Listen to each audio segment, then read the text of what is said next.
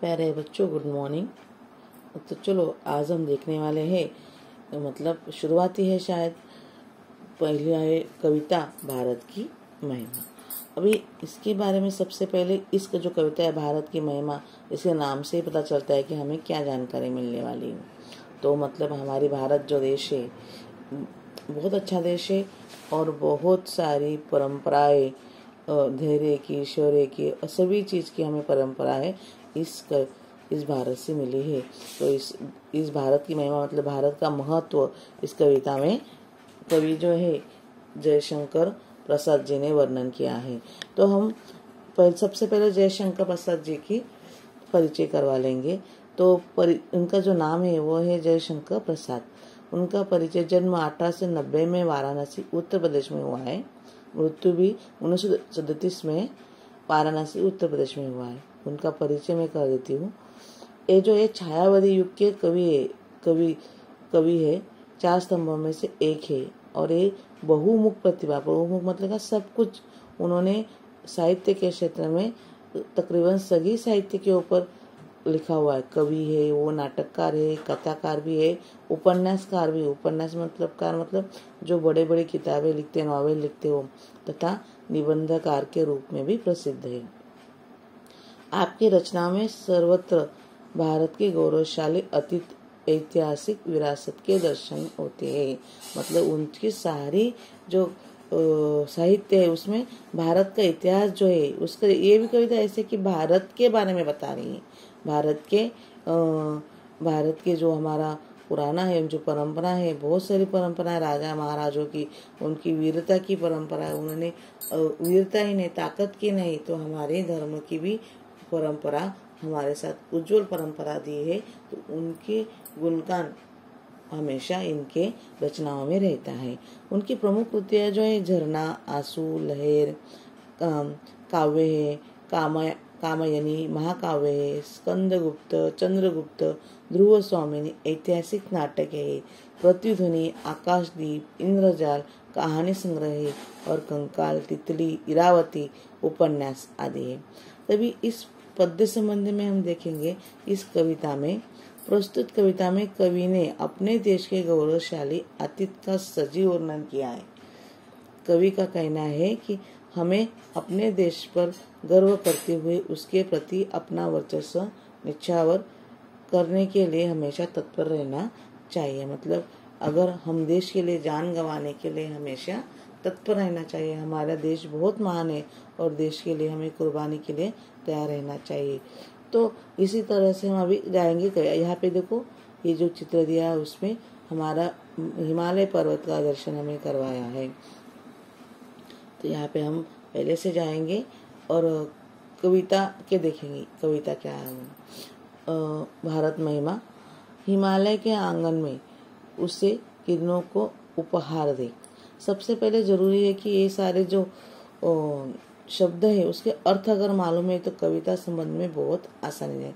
मैं आपको आज यहाँ तक सिखाने वाली हूँ। यहाँ तक मतलब 3-3 2 स्टांजे यहाँ तक मैं आपको सिखाने वाली हूँ और इसके प्रश्न उत्तर भी आज मैं देने वाली हूँ। कविता के आंगन में उसे किरणों का उपहार दे। जैसे मैंने यह लिखा है वहाँ पे आप अपने पुस्तक पे भी शब्दार्थ लिख लीजिए। हिमालय हमारा देश का बहुत बड़ा सहारा है। एक साइड वहाँ पे खड़ा हुआ है उत्तर दिशा में, और उन्होंने वहाँ पे आंगन में जब सूर्य भगवान उगते हैं तो सीधे वो पहले हिमालय पे जाते हैं। तो वो कहते हैं कि किरणों का उपहार, किरणों का दे उपहार दे, भेंट दे। उषा ने हंसकर अभिनंदन किया और हीरक पहनाया हीरक हार। जैसे ही किरण आते हैं सूर्य भगवान के, तो पहले हिमालय के आंगन में जाते हैं। तो इसके लिए कहते हैं कि किरणों का उपहार, सुबह जो उषा होती है, उषा मतलब सुबह या उषा या फिर भोर, वो हमारा हंसकर स्वागत करती है हिमालय का, मतलब भारत देश का। और उसने जो किरण पड़ते हैं, जो रेज होते हैं, उसको वो हीरक हार कहते हैं। और वो कहती है कि जैसे कि हमें वो हीरक हार पहना रही हो। मतलब सिर्फ देश ही नहीं, दूसरे तो हमें ये नैसर्गिक प्रकृति भी हमारा स्वागत करती है, वो भी हमें फक्र के साथ महसूस करती है। जगह हम लोग जगे हम लगे जगाने विश्व। लोक में फैला फिर आलोक, आलोक मतलब प्रकाश, लोक मतलब सारे लोक, वर्ड, विश्व मतलब वर्ड, जगाने मतलब जगाना। यौन तम पुंज हुआ तब नष्ट, अखिल संस्कृति हो रही अशोक।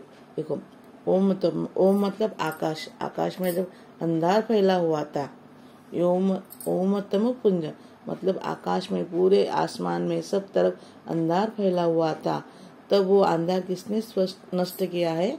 तो भारत देश में। अखिल मतलब पूरा, संस्कृति मतलब विश्व, हो उठा अशोक, अशोक मतलब दूर से, दुख से दूर, दुख रहित। जब इसका अर्थ ये है कि जब पूरी दुनिया में अंधकार फैला हुआ था, तब हमारे भारत देश ने सब लोगों को अंधकार जो है वो दूर किया है। फिर उन्होंने खुद को भी वो जगे और उसने जग को भी मतलब वर्ड को भी जगाया है। और उसके बाद जब पूरे विश्व में प्रकाश फैल गया, तो ये कब हुआ? जब आकाश में फैला हुआ अंधकार था और वो पूरा जो विश्व था वो प्रकाश में अच्छा हो गया, सब कुछ उसको मतलब दुख दूर हो गया और पूरे विश्व का भारत ने दुख दूर किया। तो कैसे? जैसे कि हमारे गौतम बुद्ध भगवान थे, उनको जब एहसास हुआ था कि दुख जो है, दुख मतलब मृत्यु ही अटल है, तो ये सुनने के बाद, ये समझने के बाद उन्होंने अपना घर संसार त्याग कर वो लोगों को उपचार करने, लोगों को उपदेश देने के लिए, सही मार्ग दिखाने के लिए वो जगमग घूमे थे। तो इसके लिए वो कहते हैं क्या भगवान गौतम बुद्ध ने सारी दुनिया को अंधेरे से बचाया है और उजाला फैलाया है। अभी देखो, विमल वाणी ने वीणा ली। विमल वाणी मतलब, विमल मतलब पवित्र, वाणी मतलब सरस्वती देवी है ना, जो संगीत की देवी है, साथ में विद्या की भी देवी, मतलब हमारी इल्म की भी देवी है। तो उन्होंने हाथ में वीणा, उनका जो वाद्य होता है वीणा, देखो इस तरह से वाद्य होता है जो हमेशा आपको दिखाई देगी। तो इस तरह से वाद्य वो उनके हाथ में होता है। और वीणा ली, कमल कोमल कर में सप्रेत। और वो किस तरह से उनके हाथ में, कोमल हाथ में, सॉफ्ट हाथ में वो प्रेम के साथ वो वीणा ली और वीणा में वो लोगों को संगीत सिखाती है। सप्त स्वर सप्त सिंधु में उठे, छीड़ा तब मधुर साम संगीत। और उसकी वीणा के साथ जो संगीत सीख गया वो सप्त स्वर, 7 स्वर, सारे गम पद निस, ये 7 स्वर तैयार हो गए। और ये 7 समुद्र, सिंधु मतलब समुद्र, मतलब पूरी दुनिया में वो उठ गए, छिड़ गए, सबको सब पता चल गए। छीड़ा तब मधुर साम संगीत, साम मतलब सामवेद, भारतीयों के 4 वेद है और 4 वेद में है संगीत का एक वेद है सामवेद। तो उन्होंने ये सिखाया है। देखो या उसके बाद जो है ये बहुत इम्पोर्टेंट है। विजय केवल लोहे की नहीं, धर्म की रही धुरा पर धूम। मतलब वो जो कहते हैं कि विजय मतलब विजय और लोहे की मतलब ताकत। ये जो हम भारतीय कोई भी किसी भी बहुत सारे युद्ध हुए लेकिन भारतीयों ने जीत हमेशा कायम रखी। तो वो कहते हैं कि विजय केवल मतलब जो विजय मिली है वो सिर्फ ताकत की नहीं, सिर्फ लोहे की नहीं, तो धर्म की धरा पर है। क्योंकि हमारे भारतीय लोग हमेशा धर्म के साथ चले हुए, धर्म का पालन किया हुआ है, इसके लिए वो जीत केवल ताकत की नहीं, लोहे की नहीं, तो धर्म की हो रही है। भिक्षु होकर रहते सम्राट, दया दिखलाते घर घर घूम। वो भिक्षु होकर सम्राट जो है राजा गौतम बुद्ध, मैंने कहा ना कि राजा गौतम बुद्ध जो है, जब उनको एहसास हुआ एक बार, जैसे वो अपने महल में, वो महल से बाहर निकलते ही नहीं थे, सब कुछ महल में थे, तो बहुत आराम से उनकी जिंदगी गुजर रही थी। जैसे उन्होंने एक दिन उनको लगा कि मुझे घूमने जाना है और वो अपने साथी के साथ घूमने गए रथ में, तो उनको एक चार कंधों पे एक आदमी को लेके जाते दिखा और उसको पता नहीं था कि मृत्यु हुई है उस लोगों की।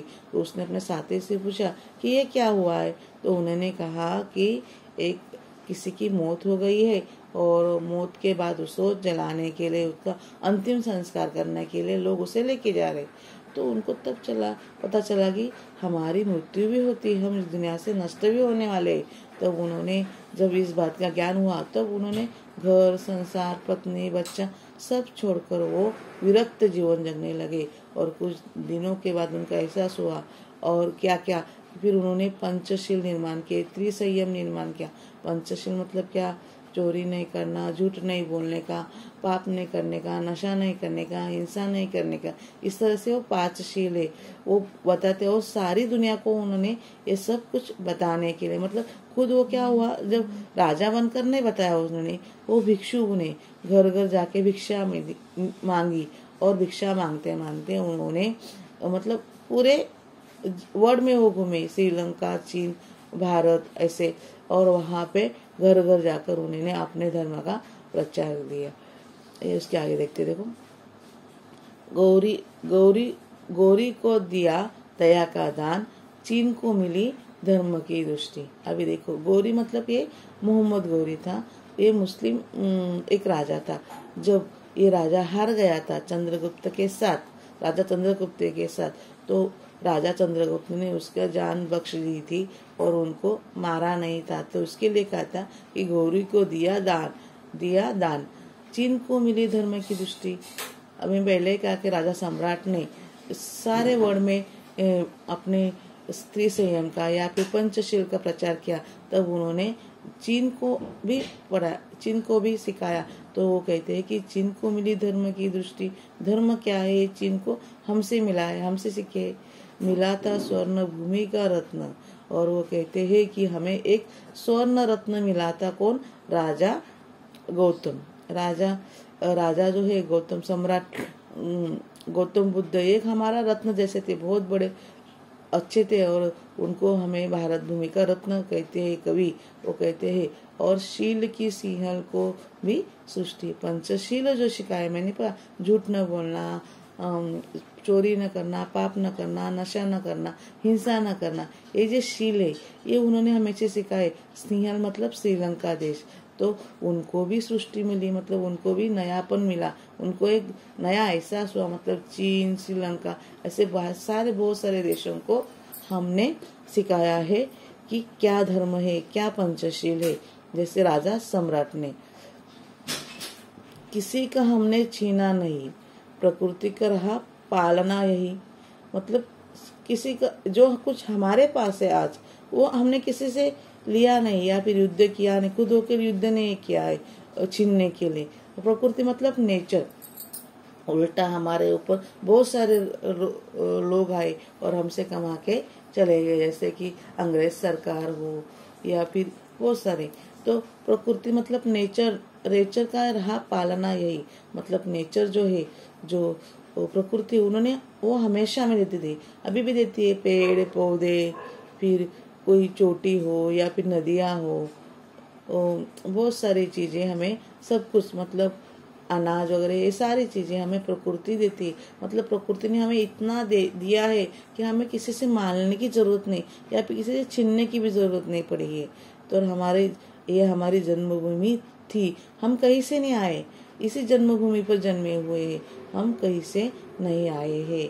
और जो कवि है, इनको इस बात का बहुत अभिमान है कि हम कहीं और से नहीं आए, इस पवित्र भारत देश पे हमारा जन्म हुआ है, इस बात पर हम सबको गर्व भी है। इस तरह से हमने ये बातें, ये जो यहाँ तक हमने सीखा है। फिर एक भाग 1 है, इसके बाद मैं आपको दूसरे भाग में बाकी सिखाऊंगी। तो पहले हम देखते हैं कि जो उसका वर्कबुक है वो आप खोलेंगे और इसके शब्दार्थ तो जो आप खुद लिख लेंगे, यहाँ पे दिए हुए हैं। और यहाँ पे भी है, शब्द संसार में भी शब्दार्थ है। तो इसके लिए आपको यही पे शब्द लिख लीजिए, क्योंकि वो जब पढ़ेंगे तो आपको जल्दी से अर्थ मालूम होगा, तो आपको भावार्थ लिखने में कोई तकलीफ नहीं होंगी। तो अभी हम वर्कबुक खोलते हैं। वर्कबुक आपके सामने रखो और वर्कबुक में क्या क्या सवाल करने के हैं वो भी आज हम देखते हैं। सबसे पहले वर्कबुक के नाम डालना है, रोल नंबर डालना है, स्कूल का नाम डालने का है। हाँ, अभी देखो यहाँ पे हम जाते हैं भारत महिमा। अभी भारत महिमा जो है, ये जो हमारी कविता है, तो विषय प्रवेश में थोड़ा सा उसमें दिया हुआ है, यह भी आप पढ़ सकते हैं, 1-2 बार पढ़ ले। उसके बाद यहाँ पे दिया हुआ है, जितने पहले 3 स्टांजे हुए वो अच्छे से पढ़ के लो। उसके बाद हमें प्रश्न उत्तर सॉल्व करने के। सबसे पहले जो है कि 3 स्टांजे है, अच्छे से देख लो, समझ लो, 2-3 बार पढ़ो। उसके बाद शब्दार्थ के साथ पढ़ो, अपने आप उसका अर्थ लगाने की कोशिश करो, तभी आपको समझ में आ जाएगा। ठीक है बच्चों, तो अभी हम देखो पहला क्वेश्चन जो है, पद्यांश में ऐसे 2 प्रश्न तैयार किए जिनके उत्तर निम्नलिखित शब्द हो। ये हमने पिछले साल भी सीखे हैं। तो हम यहाँ पे अभिनंदन शब्द या अलोक, सबसे पहले अभिनंदन शब्द ढूंढने का है, वो किस सेंटेंस में है वो देखने का है, और इस तरह से क्वेश्चन बनाने का है कि वो तो शब्द वहाँ पे नहीं होना चाहिए, लेकिन वो उस सेंटेंस को लेके ये जो शब्द है वो उसका आंसर आना चाहिए। इस तरह से क्वेश्चन बनाए। देखो यहाँ पे क्या है, उषा ने हंस अभिनंदन किया। उषा ने क्या किया, हो सकता है ना, उषा ने हंसकर क्या किया, अभिनंदन किया। अभी दूसरा शब्द है आलोक। आलोक, आलोक मतलब क्या, प्रकाश। हाँ, तो यहाँ पे देखो क्या है, जगह हम लगे जगाने विश्व, लोक में फैला फिर आलोक। वहाँ पे क्या, भारतीय ज्ञान का प्रचार किया तो संसार में क्या फैला, विश्व में संसार ना। इसी तरह मतलब ये वैसे कि वैसे नहीं लिखना है, अपने इसमें लिखने का, अपने शब्दों में, अपने वाक्य में अर्थ लिखने का है। उसके बाद आगे जो क्वेश्चन है वो है कविता की पंक्तियों के उचित क्रम से लिखा। ये आप यहाँ से पढ़ के भी आराम से लगा सकते हैं, इसके लिए आपको कोई तकलीफ नहीं होगी। आगे जो है क्वेश्चन आंसर है, जो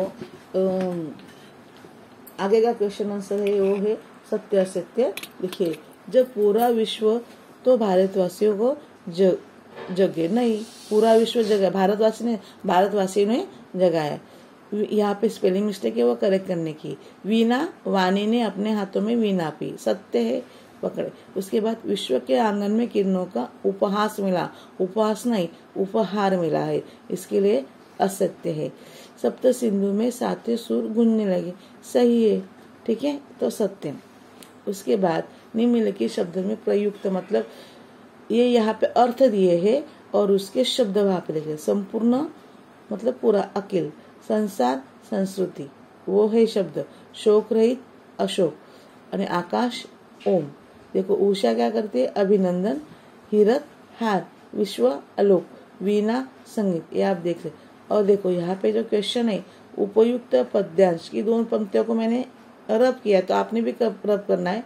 पूरे पद्यांश का हमें और भावार्थ लिखना है, जिसके भावार्थ। अभी मैंने इस यहाँ पे क्या दिया है कि वहाँ ऊपर से लिखने की कोशिश की, क्योंकि यहाँ पे वो इतना बैठता नहीं। आप ऐसा भी कर सकते हैं, या फिर आप पेज भी वहाँ चिपका सकते हैं पिछले साल की तरह। तो यहाँ पे मैंने जो अभी एक्सप्लेन किया है वही यहाँ पे मैंने यहाँ पे लिख के दिया है। आप मैं फोटो भेजूंगी तो आप लिख लेंगे। अभी आगे जो है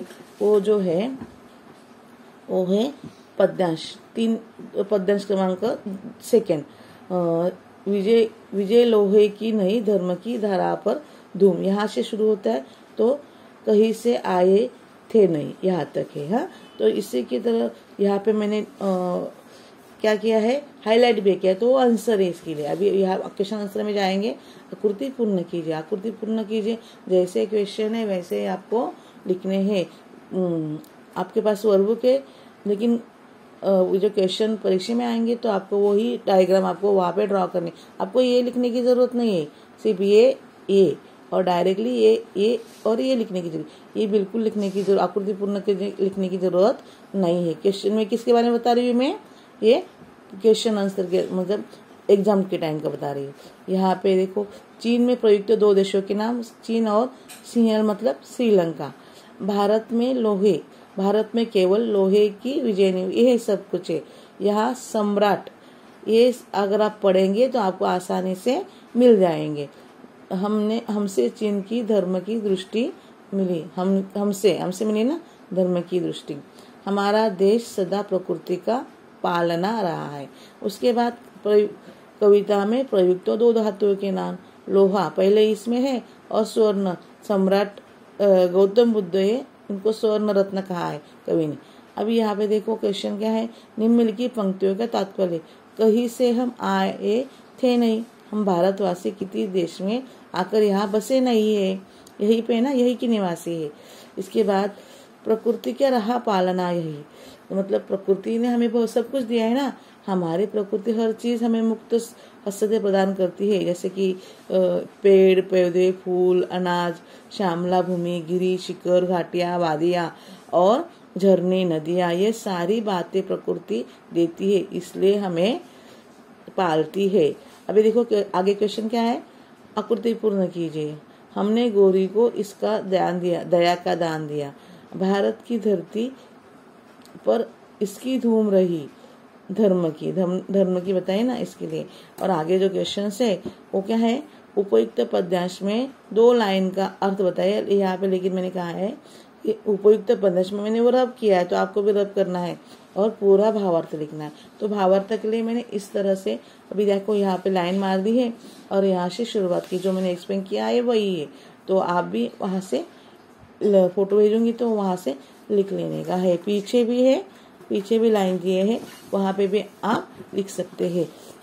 अगर आपको नहीं होता है तो फिर वहां पे आप एक नया पेज लगाइए और यहाँ पे स्टेपल करना है या फिर यूपिन से ज्वाइन करना है पेज को, तो ये वर्कबुक छोड़ के आपको किसी चीज को देखने की जरूरत नहीं पड़ेगी, इसके लिए मैं आपको बता रही हूँ। ठीक है बच्चों, आज के लिए इतना ही, लेकिन आप आज का आज ही लिखना है, कल के ऊपर उसको पोस्टपोन मत करो।